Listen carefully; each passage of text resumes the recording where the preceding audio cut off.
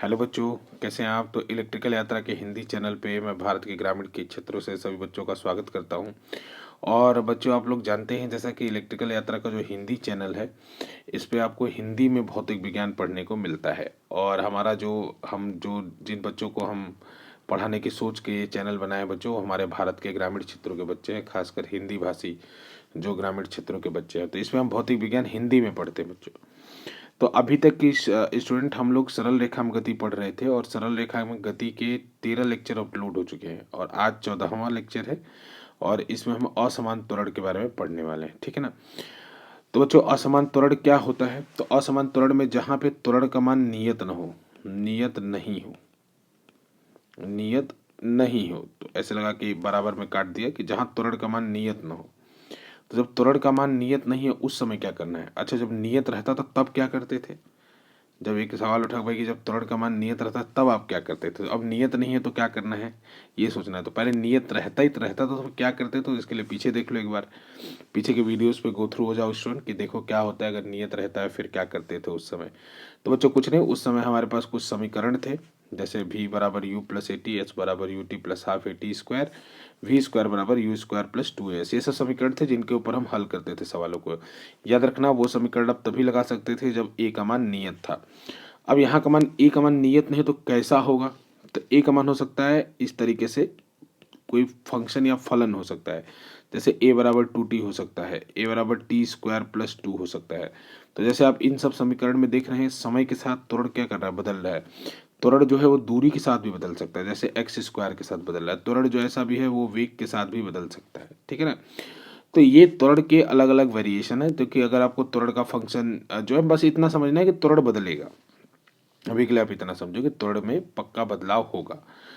अब त्वरण में जो बदलाव होगा तो इसको कैसे करेंगे फिर सर, इसके लिए क्या करना होगा। तो बच्चों, एक बात बताता हूँ, अगर आपको इस सवाल को करना है, अब जब त्वरण में बदलाव है उस समय भी आपको, जैसे मैं त्वरण का फंक्शन दे दूँ ए बराबर 2t है, ऐसे दे दूँ कि त्वरण ऐसा है।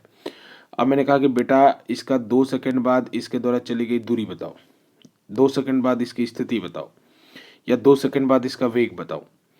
तो इस सिचुएशन में आप क्या करेंगे बच्चों, कि आप डायरेक्ट पीछे वाला फॉर्मूला तो लगा नहीं सकते, जो आपका वी वी का फॉर्मूला है, नहीं लगा सकते। फिर क्या किया जाएगा। तो बच्चों, इसके लिए आपको दो चीज़ सीखना होगा। एक चीज़ बोलते हैं मैथ में, गणित में, इसको कहते हैं बच्चों कलन। कलन कहते हैं बच्चों, कलन, ठीक है। तो आपको कलन सीखना होगा। कलन, इसी को इंग्लिश में कैलकुलस कहते हैं, ठीक है। अब देखो, जैसा कि इस थंबनेल पे लिखा हुआ है कि कक्षा 11 के बच्चों के लिए हमने ये वीडियो बनाया है। तो थंबनेल के लिए लिखा हुआ कि 11 के बच्चों को जब बनाया है, तो कलन की कहाँ बात। कलन तो ये पूरे 11 के मैथ में ही नहीं आएगा, और अभी तो मैं फिजिक्स शुरू कर रहा हूँ 11 की, तो पूरे मैथ में नहीं आएगा 11 के। और जो बच्चे बायोलॉजी लिए उनका तो कहना ही क्या, कहेगा उनका तो कभी नहीं आएगा, 11वीं में भी नहीं आएगा, 12वीं में भी नहीं आएगा। फिर करोगे क्या फिर, अगर कलन कहीं नहीं आएगा फिर क्या करोगे। तो बच्चों देखो, कोई घबराने की बात नहीं है। कलन का एक अलग से वीडियो हमारे चैनल पे आपको मिल जाएगा। और बच्चों, एक बात और बता दूं, मैं एक थोड़ी सी बात कर लेते हैं, क्योंकि मैं मैथ फिजिक्स का आपका टीचर हूँ, तो मेरा बताना यह धर्म है, किन लोगों के लिए फिजिक्स कठिन है और किन लोगों के लिए फिजिक्स आसान है। तो बच्चों, जिन लोगों को कलन आता है उन लोगों के लिए फिजिक्स आसान है। कलन के साथ एक और चीज मैं कहूँगा, अभी ये सरल रेखा में गति पढ़ा रहा हूँ तो इसके अंदर कलन आया है। अगला चैप्टर पढ़ाऊंगा समतल में गति, उसके अंदर मैं पढ़ाऊंगा सदिश राशि और अदिश राशि। तो जिन बच्चों को मैं कहता हूँ सदिश और कलन आता है, उनके लिए तो फिजिक्स उनका 70% ऐसे ही हो गया, हल करने की जरूरत है, 70% फिजिक्स हो गया उनका। जिनको क्या क्या आता है, दो चीज आता है, एक कलन और एक सदिश राशि। अगर दो चीज आती है बच्चों, दो चीज में मास्टरी है, तो फिर एंजॉय करो। 70% फिजिक्स हो गया। अरे बच्चों, जो फोर्स जोड़ लेगा, फोर्स एक सदिश राशि है, वो वेग भी जोड़ लेगा, वेग सदिश राशि है। वो टॉर्क भी, बलाघूर्ण भी जोड़ लेगा, बलाघूर्ण भी सदिश राशि है। तो उसको सारे सदिश राशि जोड़ने आ गए ना, तो सब जोड़ लेगा वो। अब इसी में उसी में हर जगह कभी कोई न कोई चीज़ बदलती हुई रहेगी, तो वहाँ किसका जरूरत पड़ेगा, वहाँ जरूरत पड़ेगा समाकलन अवकलन का। तो उसको कलन भी आता होगा। तो दो चीज़ आना चाहिए, सुनो, मैथ में, फिजिक्स में दो चीज़ आना चाहिए। कलन, ये मैथ का दोनों चीज़ है। देखो न, फिजिक्स से इन दोनों कोई रिलेशन नहीं है, फिजिक्स में ये सब इस्तेमाल होते हैं, कलन और सदिश राशि। और साथ में बच्चों कुछ त्रिकोणमिति का, तो ट्रिग्नोमेट्री है, त्रिकोणमिति, इसका कुछ बेसिक आपको क्लियर होना चाहिए, ठीक है। तो इसी वजह से देखो, दो लोग को मैंने ध्यान में रखा है, एक तो 11वीं के हो, कलन अभी सीखोगे नहीं, तो ये जिम्मेदारी किसकी है? कलन सिखाना, ये जिम्मेदारी हमारी है। क्योंकि बच्चों ये फिजिक्स टीचर की जिम्मेदारी है कि कलन सिखाए बच्चों को, जितना आपके भौतिक विज्ञान में यूज होता है उतना कलन सिखाए। और उसके बाद बच्चों क्या सिखाए? कलन के अलावा त्रिकोणमिति सिखाए, कलन के अलावा बच्चों आपका सदिश राशि सिखाए। तो ये सब सारी चीज़ें जो अलग से प्लेलिस्ट आपको हमारे चैनल पे मिलेगी, उसके अंदर आप देख सकते हैं बच्चों। उस प्लेलिस्ट का मैं नाम दूंगा कि भौतिक विज्ञान के लिए गणित, और उसमें उतनी ही गणित पढ़ाई जाएगी जितनी भौतिक विज्ञान के लिए जरूरी होगी, आवश्यक होगी। तो जितने भी बायो वाले बच्चे हो बच्चों, घबराना मत एकदम, उसको बहुत ध्यान से पढ़ना, बहुत ही तल्लीनता के साथ पढ़ना बच्चों। उस पर कमांड हो गया ना, फिर फिजिक्स में एंजॉय करना। ठीक, बायो वाले हो और 11वीं में वाले हो, सबको वो चैनल वो पढ़ना है। तो इस वीडियो को देखने से पहले उसी को देख लेना, ठीक है। मैं डिस्क्रिप्शन में उसका लिंक डाल दूंगा, फिर उसके बाद इस वीडियो को देखना, ठीक है बच्चों। तो कलन में दो चीज, एक चीज बोलते हैं बच्चों अवकलन, अवकलन बोलते हैं, इसको इंग्लिश में डिफरेंशिएशन कहते हैं। इसको इंग्लिश में डिफरेंशिएशन, थोड़ा थोड़ा जानते रहो ये भी, क्योंकि कल के दिन कोई किताब मिले तो उसमें हिंदी इंग्लिश दोनों में रहे तो आप समझने में थोड़े सक्षम होने चाहिए।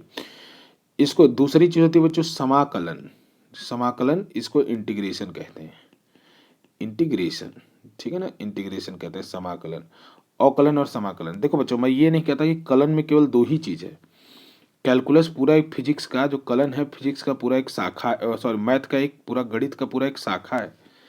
इसके अंदर और भी आता है, इसको कहते हैं बच्चों लिमिट, लिमिट बोलते हैं, निरंतरता, ये सब इसके अंदर और भी चीज़, अवकल समीकरण, ये सब और भी चीज़ें हैं इसके अंदर।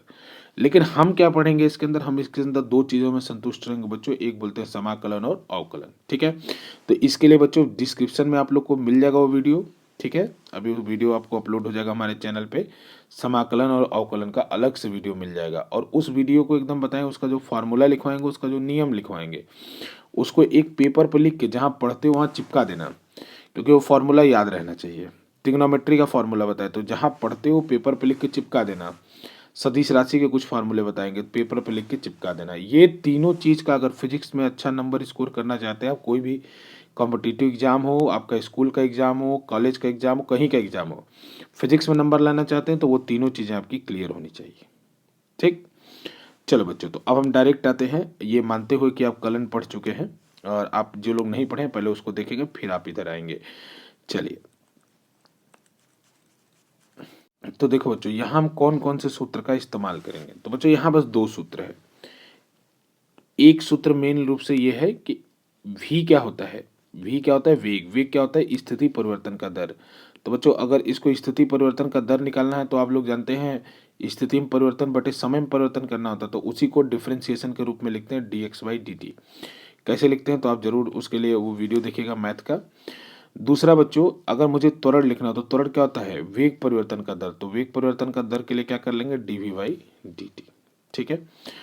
अब इसके बाद देखिए बच्चों, अगर आपको एक और, जैसे मान लीजिए ये क्या करेंगे हम, जब x दिया हो हमको और v निकालना हो तो x का क्या कर देंगे, हम अवकलन कर देंगे।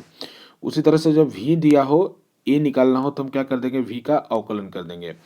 अब जैसे मान लीजिए बच्चों, मैं इसका शॉर्ट फॉर्म में भी बताऊंगा, चिंता मत करो बच्चों।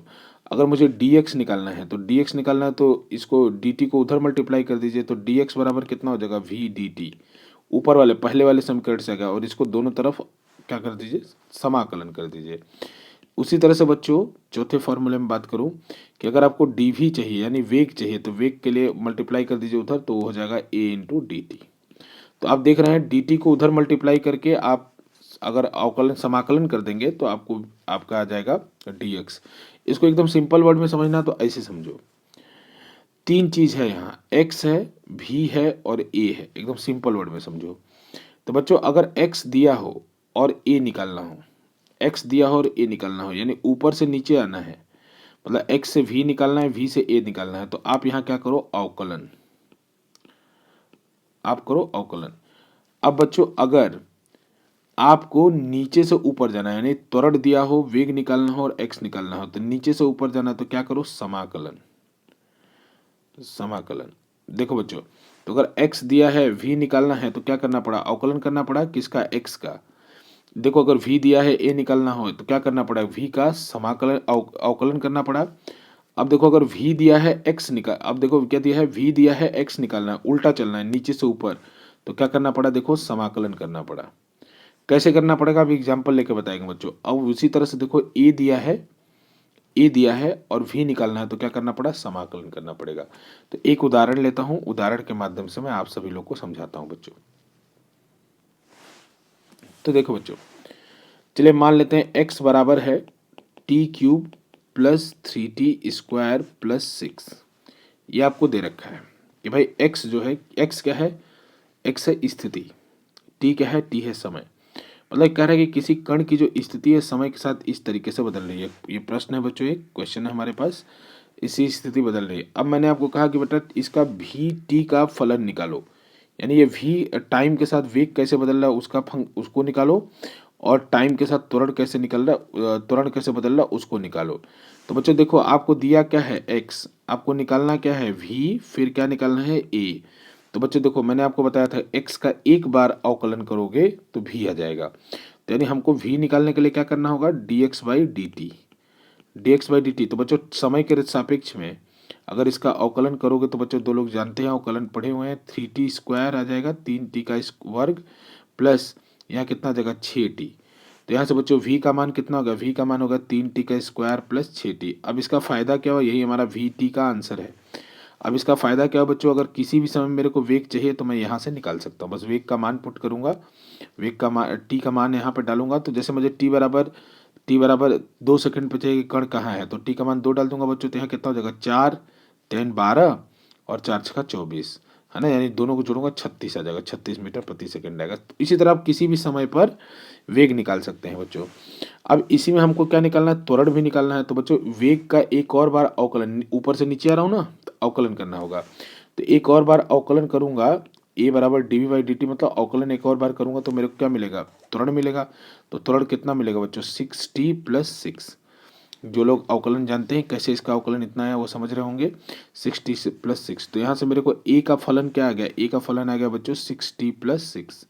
यानी इसका फायदा क्या हुआ बच्चों, किसी भी समय मेरे को त्वरण चाहिए, तो जैसे t बराबर 2 सेकंड में कितना त्वरण है आप यहाँ वैल्यू डाल के निकाल सकते हैं, ठीक है ना। और यहाँ देख भी रहे हैं बच्चों ये वाला त्वरण कैसा है, बदलता हुआ त्वरण है। तो अगर x दिया है, v निकालना है, a निकालना है, तो आपको अवकलन करना है। अब इसका एक उल्टा वाला केस भी देख लीजिए, उल्टा वाला केस देख लीजिए बच्चों।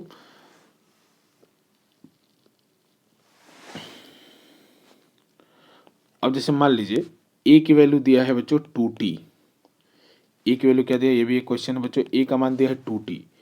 अब बोला t बराबर 0 पे कण का जो वेग है वो 0 है, और कण का जो x है यानी जो उसका स्थिति है वो भी 0 है। ये बताना पड़ेगा, एक वैल्यू बतानी पड़ेगी कि t बराबर 0 पर v 0 है और x भी 0 है। ऐसा क्यों बताना पड़ेगा बच्चों, क्योंकि अगर आप लोगों ने समाकलन जब पढ़ रहे थे तो उसके अंदर जब निश्चित समाकलन पढ़ाया गया था तो वहाँ हमें इसकी आवश्यकता पड़ेगी, ठीक है ना। तो अब इसको कैसे हल किया जाए बच्चों, तो उसको हल करने के लिए देखिए हमको क्या दिया है a, और हमको निकालना क्या है, अब vt निकालना है, और फिर क्या निकालना है बच्चों, xt निकालना है। तो अब की बार देखो लिख लो ऐसे, x v a था, तो अब की बार नीचे से ऊपर जाना है, a दिया है, v और x निकालना है। तो क्या करना पड़ेगा, अवकलन करना पड़ेगा, सॉरी बच्चों समाकलन करना पड़ेगा। अब की बार हमें समाकलन करना पड़ेगा। अब जब समाकलन करना पड़ेगा तो कैसे करें, तो देखो बच्चों एक काम करो, a से पहले v निकालो। तो a को क्या लिख सकते हो, dv/dt, और ये किसके बराबर आ जाएगा 2t के। अब dt को दूसरे तरफ गुणा कर दो, तो dv बराबर कितना आ जाएगा 2t dt।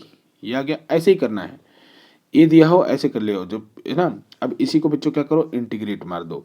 इंटीग्रेट मारोगे तो देखो यहाँ dt है, तो यहाँ किसका लिमिट चढ़ेगा, लिमिट चढ़ेगा कि भाई t बराबर 0 यहाँ डालोगे तो उसके हिसाब से यहाँ वेग डालोगे कि 0 पे क्या वेग था, 0 पे वेग कितना है 0, इस सवाल में दिया है। कैसे पता हमको, सवाल में दिया है। अब अगर मान लो 0 पे वेग 2 होता तो मैं यहाँ 2 डालता, और t बराबर t पे वेग कितना है v, मान लो t बराबर t पे वेग कितना है v। तो बच्चों यहाँ से कितना मिलेगा, अवकलन करो जरा। तो जो लोग अवकलन पढ़े वो जानते हैं बच्चों, इसका आएगा v-0, और इसका 2 बाहर आ जाएगा, और यहाँ t² बचेगा। तो 2 गुणे t²/2 आएगा बच्चों, और यहाँ पड़ेगा 0 से t। अब देखो बच्चों v बराबर कितना आ जाएगा 2 इंटू t²/2, है ना। तो दोस्तों कट जाएगा, यानी v बराबर कितना आ जाएगा, v बराबर आ जाएगा t²। तो देखो बच्चों यहाँ से v का मान मैंने निकाल लिया ना, v का मान कितना आया, t² के बराबर है। v का मान टी स्क्वायर के बराबर आया। उसी तरह से बच्चों आपको क्या निकालना है, x निकालना है। तो अब x निकालना है तो उसके लिए क्या करोगे, x निकालना है तो क्या करोगे उसके लिए बच्चों, तो x निकालना है तो v को देखोगे। तो अब a से पहुँचे v में, a से पहुँचो v में, v से पहुँचो x में, एक्स टी का फंक्शन निकालना है। तो बच्चों v को क्या लिख लो, v को लिख लो dx बटे dt, और इसको किसके इक्वल कर लो, टी स्क्वायर के। कर ले बच्चों। अब गुणा कर दो इधर की तरफ, तो t square into d t आ जाएगा। अब इसी को बच्चों इसी का समाकलन कर लो, तो समाकलन करो तो टी का मान 0 है तो x का मान क्या है 0, कैसे पता, सवाल में दिया था। तो यहाँ टी का मान टी पे मान लो, x का मान x है बच्चों। तो यहाँ से जब इसका समाकलन करोगे तो कितना आएगा, x माइनस जीरो, इधर कितना आएगा बच्चों, इधर आएगा T cube by 3 minus zero. तो इधर से जब देखोगे बच्चों तो x बराबर कितना आएगा, टी क्यूब बटे 3, टी क्यूब बटे 3। तो देखो तीनों फंक्शन हम निकाल लिए कि नहीं। पहले वाले क्वेश्चन में हम क्या किए थे बच्चा, पहले वाला जो क्वेश्चन था उसमें हम चले थे कि x दिया हो तब वी ए निकालना है, तो नीचे से ऊपर आए थे। तो इसमें क्या किया था बच्चों, इसमें हम किए थे अवकलन, ठीक है। इस सवाल में देखो क्या किए, इस सवाल में ए दिया है, हमको वी टी चाहिए। तो देखो क्या हुआ, दो दो बार समाकलन हुआ ना, देखो अपनी आंखों से दो दो बार समाकलन करना हुआ, ठीक है ना बच्चों। तो ये अवकलन और समाकलन के ये क्वेश्चन है, मतलब आपको जब कभी भी दूरी x दिया हो, v निकालना हो तो आपको अवकलन करना है, v से a निकालना हो तो एक और बार अवकलन करना है, समाकलन। अब उसी तरह से a से जब v निकालना है तो समाकलन करना है, v से x निकालना है तो भी आपको समाकलन करना है, ठीक है बच्चों। ये बात स्थिति एकदम क्लियर है, ठीक है बच्चों। तो आराम से पढ़ो, इसके और भी न्यूमेरिकल हम अगले क्लास में सॉल्व करेंगे, ठीक है ना बच्चों। तो जरूर पहले समाकलन अवकलन क्लियर करके फिर इसको देखो बच्चों, ठीक है। बहुत बहुत धन्यवाद।